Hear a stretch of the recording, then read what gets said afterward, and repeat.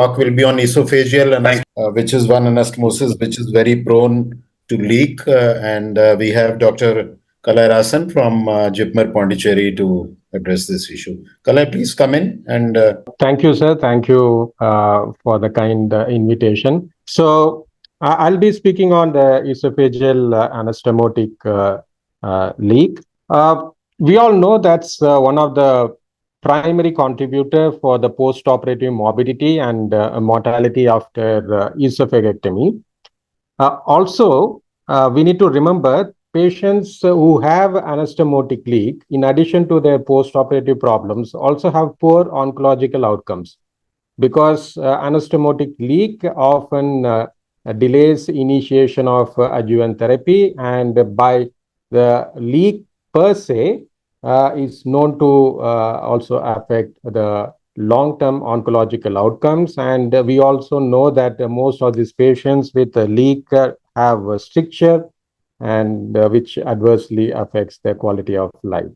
So it's an important problem which we need to avoid, and also if it happens, we need to manage appropriately. The incidence shows, variable rate in the literature, which ranges from 5 to 30%, probably because some of the studies have included both the cervical and the thoracic leaks, while others predominantly have the thoracic anastomosis. In general, the thoracic anastomosis, the leak rate incidence is less compared to the cervical anastomotic leak rate. Also, the leak rates to some extent also depends upon the type of conduit which we are using. We all know following esophageectomy, while stomach is a commonly used conduit, but there are some scenarios where we use a colon and also even the jejunum. But in today's lecture, I primarily focus on gastric conduit being used as a for reconstruction. So we'll be discussing on post-esophagectomy, esophagogastric anastomosis, and the leaks related to that. So as I mentioned, the incidence of the leak rate is more with the cervical anastomosis compared to thoracic anastomosis, primarily because when the anastomosis is done in the neck, we will be using the fundus.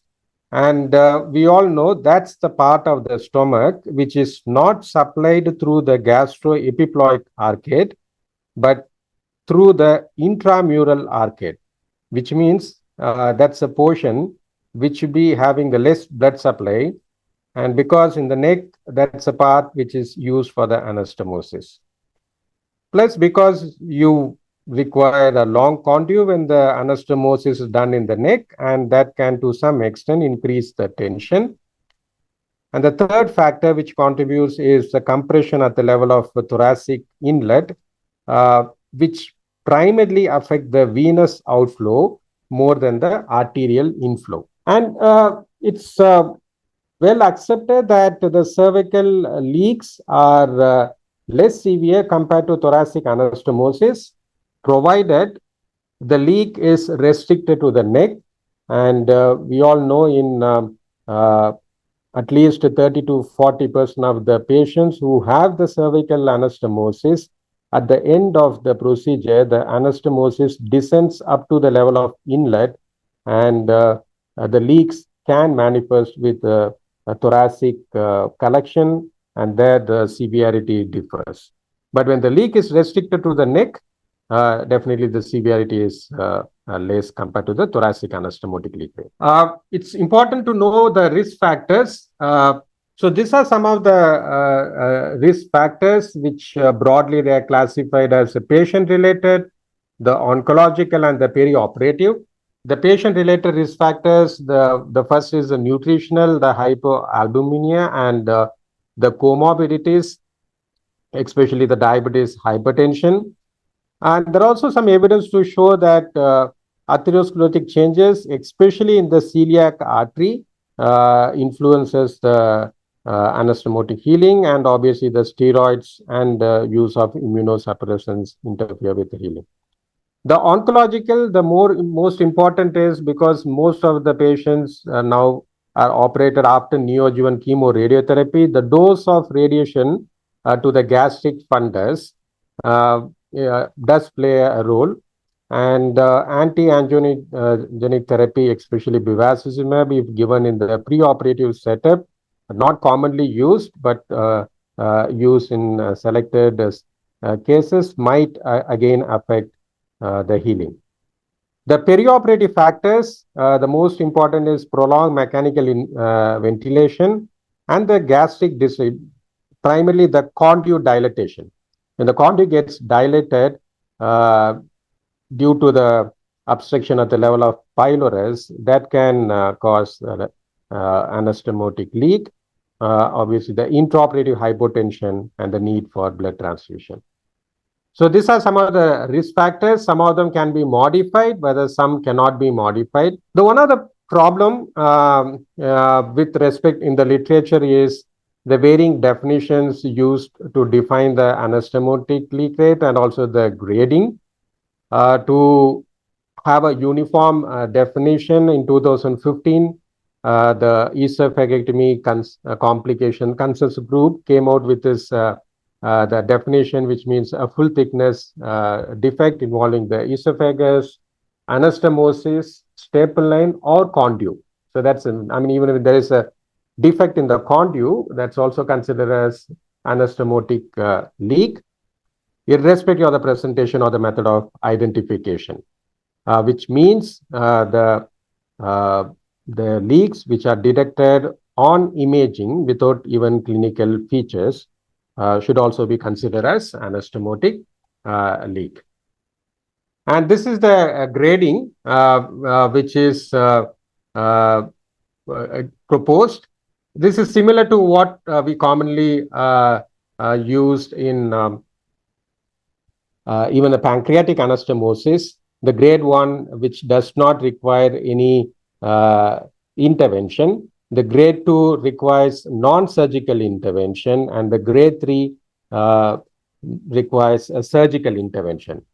And someone who is interested can go through this manuscript, which also defines the other complications related to esophagectomy.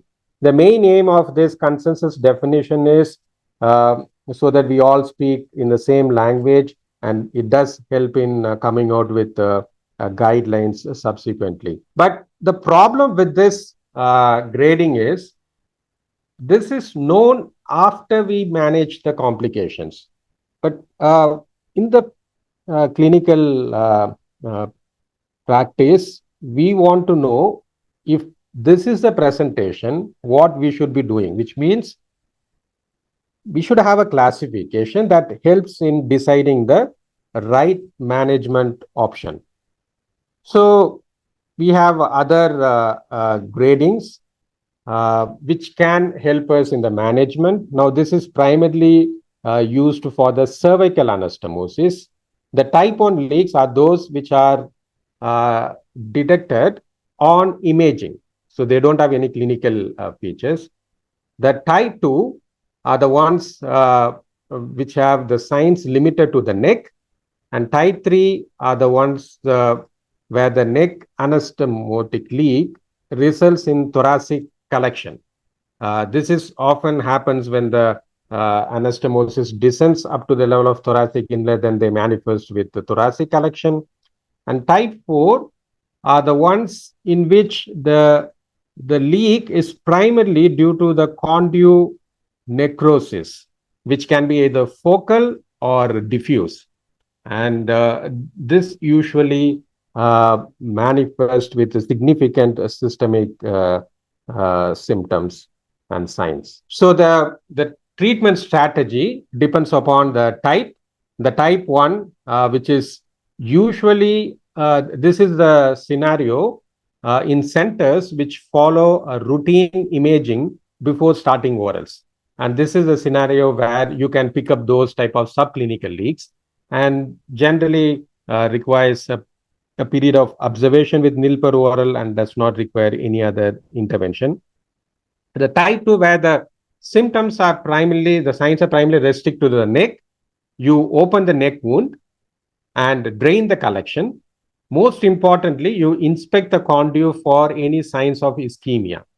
If there are no signs of ischemia, then these other patients can be just managed conservatively. Only thing, if you have the feeding jejunostomy, the management becomes more simple. You continue with the enteral feed. Otherwise, if feasible to have a enteral feeding access. Some of these patients with minimal collection, you can even ask the patient to compress the neck and then keep taking the orals. And usually antibiotics are not required as long as they don't have any systemic signs. The type 3, because the leak results in thoracic collection, you would require an intercostal drainage. And in the neck, because the leak starts from the neck and then descends into the thorax. One of the technique which we have used in some of the patients is to have a kind of a vacuum dressing and then place a suction so that all the collection are drained out and they do not contaminate the thoracic cavity. The type 4, depending upon the extent of the ischemia, if it is a focal ischemia, probably you can use stenting. The only thing is you need at least 3 to 4 centimeter length from the cricopharyngeal sphincter. Otherwise, the stent can be really discomforting to the patient. The other option is if there is a significant ischemia, then the safest option is you dismantle, you excise the conduit and then do a esophageal diversion. And once the patient improves, you can use a alternate conduit. Now, moving on to the thoracic anastomotic leak, the treatment strategies again can be broadly classified as supportive care, which means you are not directly doing anything for the anastomotic leak, but you are something like ensuring the enteral feeding and antibiotics.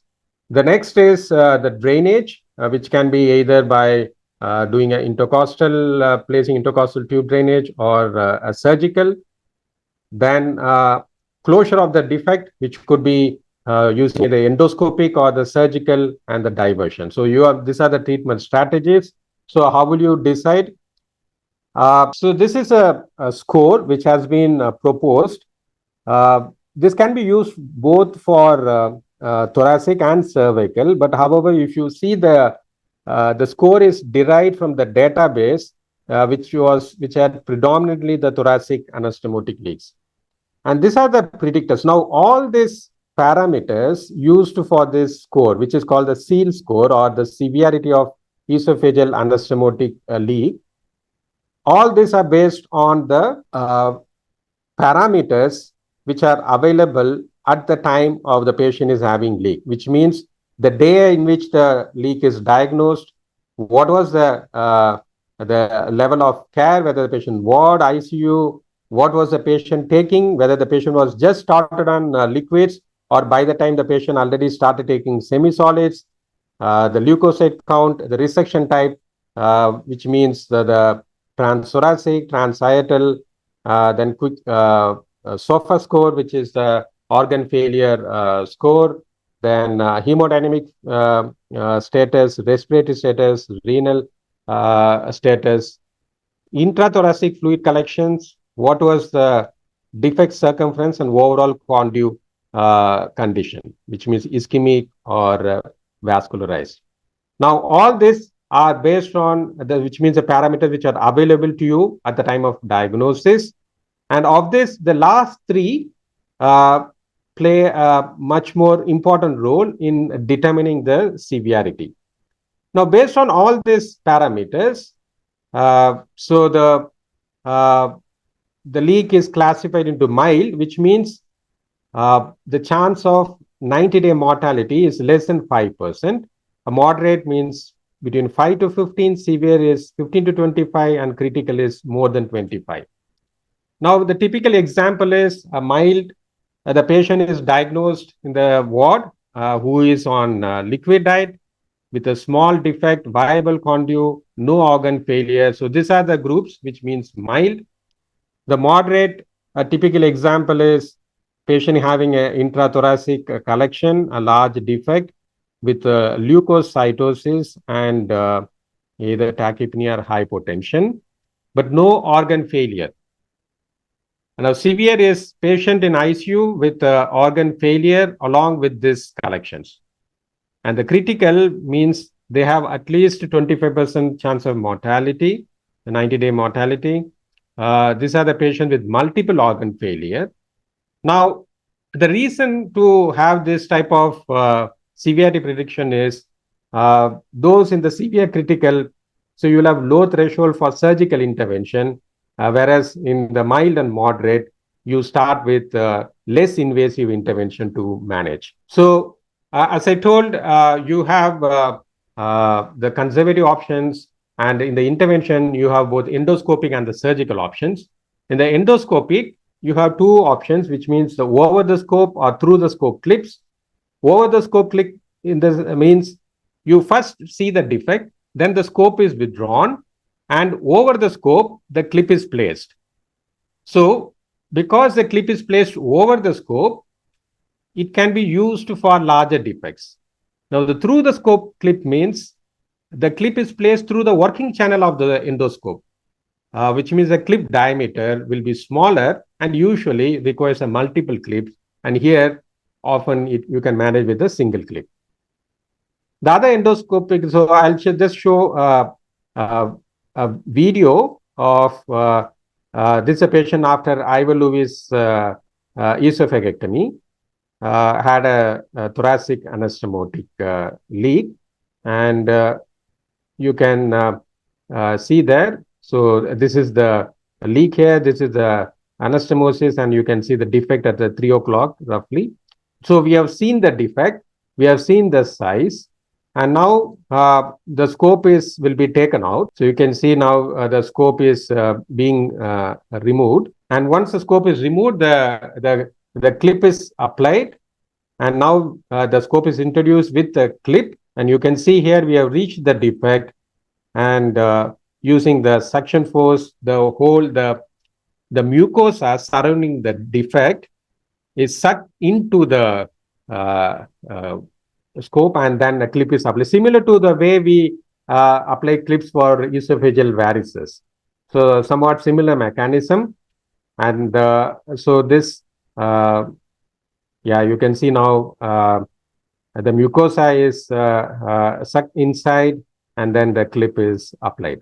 So this is a technique of using the over the scope clip. You can see the clip is applied now. The next option is stents. We all know about this stents, but what we use in anastomotic leak is the covered stent, either the plastic or the metallic option. And often to prevent the migration, you need to fix the stent. So that is one of the key point to remember when we use stents for anastomotic leak. I think this was mentioned by Supe sir about this endovac therapy. This is an emerging treatment option. So what is done in this? You can see this picture, which is labeled as A, B, C, D. So in the first step is you visualize the defect, you irrigate the cavity, and then you place something like the Riles tube. So the tube is placed through the nose, brought out through the mouth.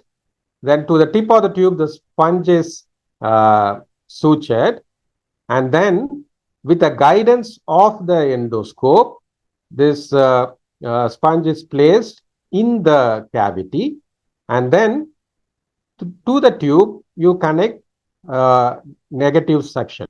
That is, and so what it does is, with the negative suction, the collection, whatever the main reason why the anastomotic leak does not heal is because of the collection surrounding the anastomotic defect.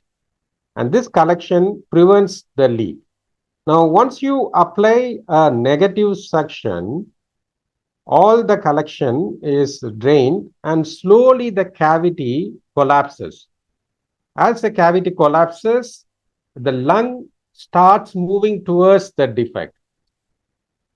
And at the end of probably 3 to 4 weeks, the defect is lined by the lung. And that's how the healing mechanism happens. So this is an imaging therapy called the endovac therapy. So you have a lot of endoscopic options. So how to choose the right one? There is a trend towards favoring clips and endovac therapy compared to the stent. Because you need to remember, the stent, when it is used in the setting of malignancy, you have the tumor which prevents the stent migration. But here you have a normal mucosa, so the stent tends to migrate, although there are techniques to prevent it migration, but it does happen. And you don't want to add one more complication in a patient already suffering from a complication. So that's one of the problem in using stent. And second is, if there is some ischemia, the stent is proposed an option, but you need to remember that the expanding stents, it can worsen the ischemia and can even result in conduit airway fistula, that is with the trachea. So these are the problems. So there is a trend towards favoring a clip and the endovac therapy. Now you have many options with clips. You use through the scope clips for the small defect, maybe up to 1.5 centimeter. And over the scope clips can be used for defect up to 2.5 centimeter. And when there is associated collection, then endovac therapy is preferred, especially the defects of up to 2.5 to 3 centimeter. Now the surgical intervention, slowly with the endoscopic option, the need for surgical intervention is coming down. But however, you have to remember the patients in whom the non-operative interventions are not effective in reducing the systemic manifestations, then you need to intervene early. Previously, all thoracic anastomotic leaks, the general dictum is you need to intervene surgically, give a lavage. But now, slowly, up to 30 to 40 to 50% of the patients can be managed without any surgical intervention. But if you are intervening, if you are forced to intervene early because of early manifestation of leak, then these are the scenario where you can consider doing repair of the defect. But you need to remember that the patient should not be in sepsis, hemodynamic compromise should not be there, and even the surrounding tissue should be healthy. But most often we'll be intervening late, which means around after 5 to 7 days. In those scenarios, the aim of surgical intervention is to ensure a good lavage and then a controlled drainage.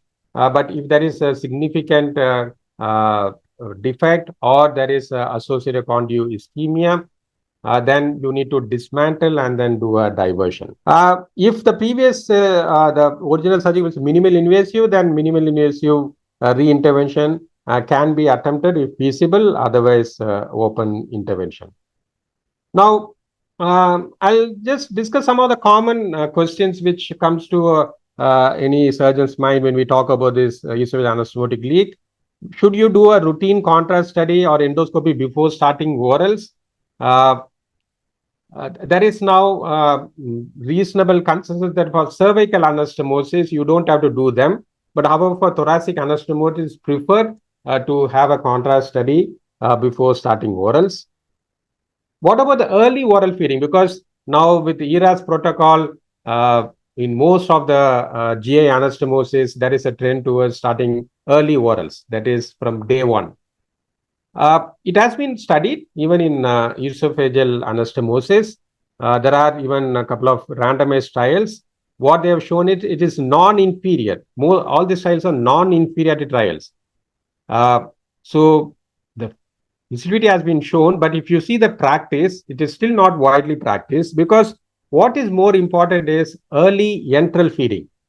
So if you can achieve that by either feeding jejunostomy, or if you have a nasojejunal feed, then it is fine. So one of the concerns in starting early orals is because, especially if you're doing thoracic lymphadenectomy, there is a chance of recurrent laryngeal nerve palsy, even if not paralysis. There's some paresis can be there, and that can result in aspiration and pneumonia. So if you start orals without completely assessing the the nerve status. So that's some of the reason why it is still not popular compared to other GI procedures. Whether neoadjuvant chemoradiation increase the risk, the most important thing is the dose of radiotherapy. Some studies have shown when the dose of radiotherapy to the area of anastomosis, that is fundus, exceeds 30 grays, it can increase the incidence of leak, while some studies have shown up to 45 grays does not increase. We have studied in our center about this dose, and we could not find a significant correlation between the dose and the anastomotic leak rate. However, the sample size is less in this study. So this is the last part about the technical factors that can influence anastomotic leak. One is about the conduit diameter, because as I told, the tip of the conduit, the flow is determined only by the intramural through the muscular and the submucosal layer. So the ideal conduit is 3 to 5 centimeter. If it is less than 3 centimeter, then the venous outflow may not be sufficient. The conduit route, some studies have shown increased anastomotic leak rate with retrosternal, while some did not show any difference. A recent large Japanese database which was published in 2022, which included 10,000 patients.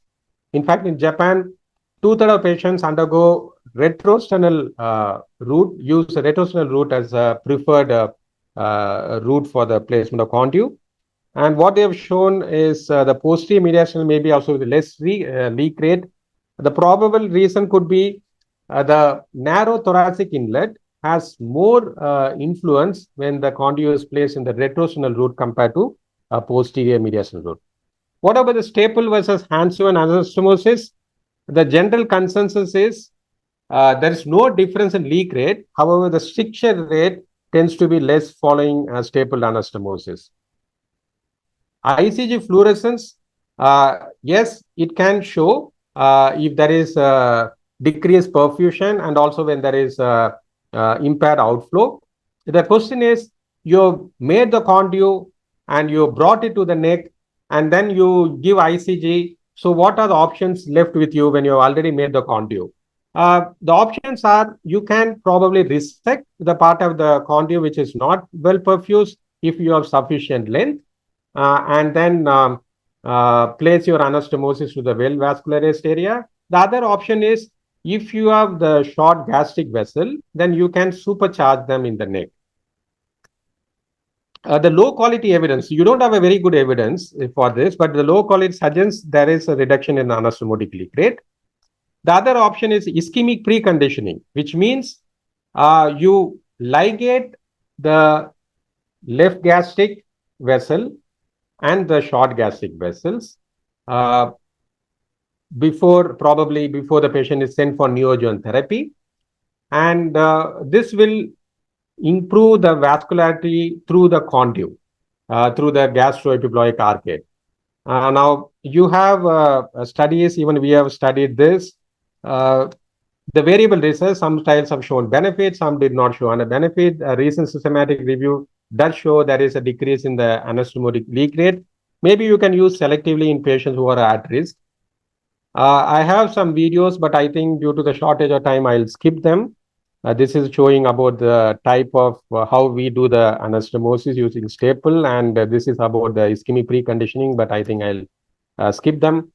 So to conclude, although this is a very common problem, but the literature, you don't have a good literature to show what is the optimum management option for this type of leak. So probably this is one area of research. There's a lot of opportunity for research in this field. And so since you don't have any strong evidence, it is important to choose the right option based on the clinical presentation. That's the key factor to improve the outcomes.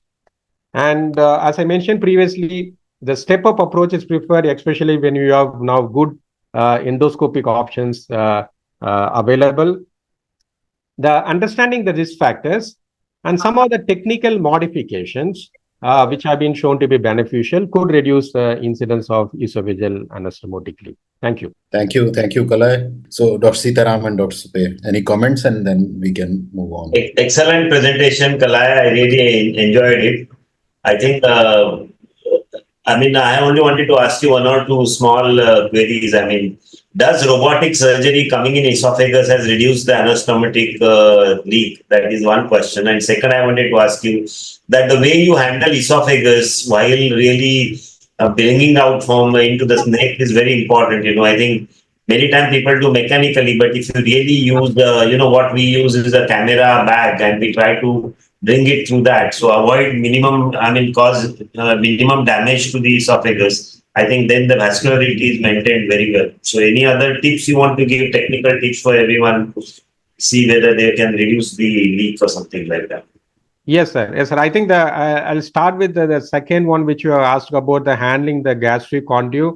Yes, using the camera cover as to protect the conduit when while delivering it through the posterior mediastinum is a good option. Anything which prevent injury to the conduit while you are transferring it to the neck will help in minimizing the leak rate. Now, regarding the minimally invasive, I think, so what we do is, even when we are doing by minimally invasive approach, when we create the conduit, we actually give a small incision and do it as an open approach. We give a small incision, deliver the stomach out, then the process of forming conduit is done by open approach. That is primarily because we feel, I think that is a step which is critical in determining your anastomotic outcome. And we want to do it under full control. Plus, also you can nicely stretch the conduit, get a good length. To somehow, although we do good number of minimalist procedures, that step we are comfortable doing with a small incision. Yes, sir. Thank you so much.